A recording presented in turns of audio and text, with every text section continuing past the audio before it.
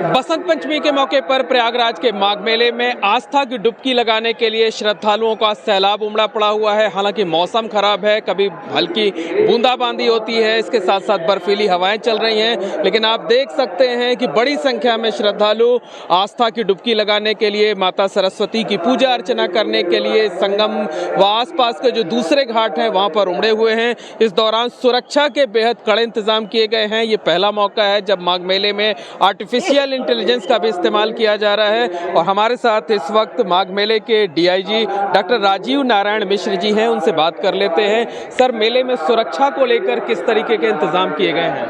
जी, बसंत पंचमी का पर्व है और मध्य रात्रि से लाखों की संख्या में श्रद्धालुओं का आगमन विभिन्न स्नान घाटों पर हो रहा है और वर्तमान में स्नान सुचारू रूप से चल रहा है। सुरक्षा के व्यापक बंदोबस्त किए गए हैं।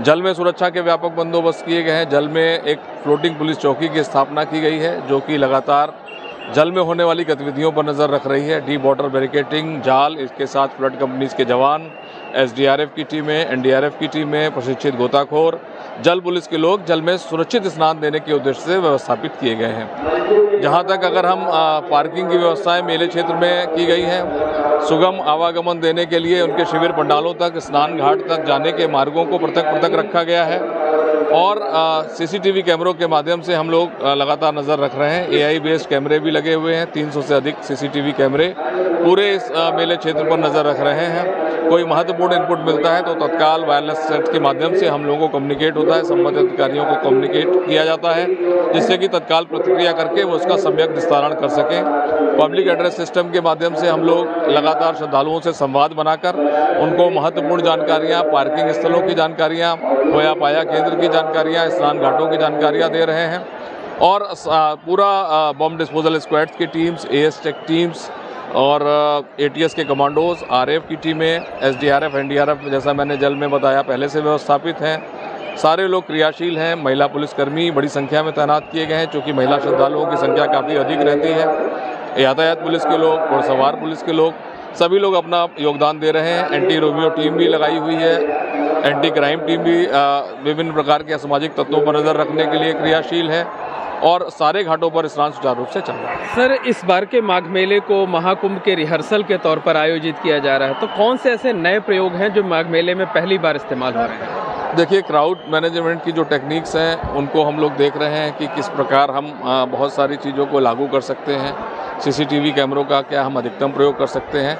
इन सारी चीज़ों के माध्यम से हम लोग पूरे मेले पे नज़र रखकर आगे क्या चीज़ें हमारे लिए महत्वपूर्ण साबित होंगी, किस प्रकार से हम और अच्छा परफॉर्म कर सकते हैं। अधिक संख्या में जब श्रद्धालु हैं, क्योंकि वो 12 साल के बाद महाकुंभ का अवसर होगा। खासकर सारा उद्देश्य ये है कि जो श्रद्धालु आएँ उनको हम उनके जान और माल की रक्षा कर सकें, उनको सुगम और सुरक्षित स्नान दे सकें।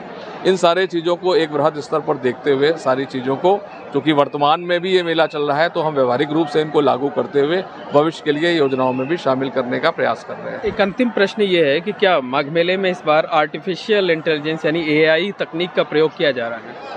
जी, अभी एआई बेस्ड कैमरे लगाए गए हैं और उनसे हमको क्या फ़ायदे मिल सकते हैं, इसका भी हम लोग विश्लेषण अवश्य करेंगे। धन्यवाद। ये हैं डॉक्टर राजीव नारायण मिश्र, जो कि ये जानकारी दे रहे हैं कि माघ मेले में इस बार सुरक्षा के मद्देनज़र कई नए प्रयोग किए जा रहे हैं।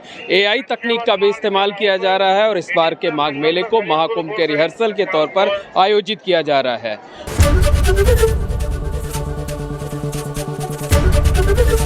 एबीपी गंगा, खबर आपकी, जुबान आपकी।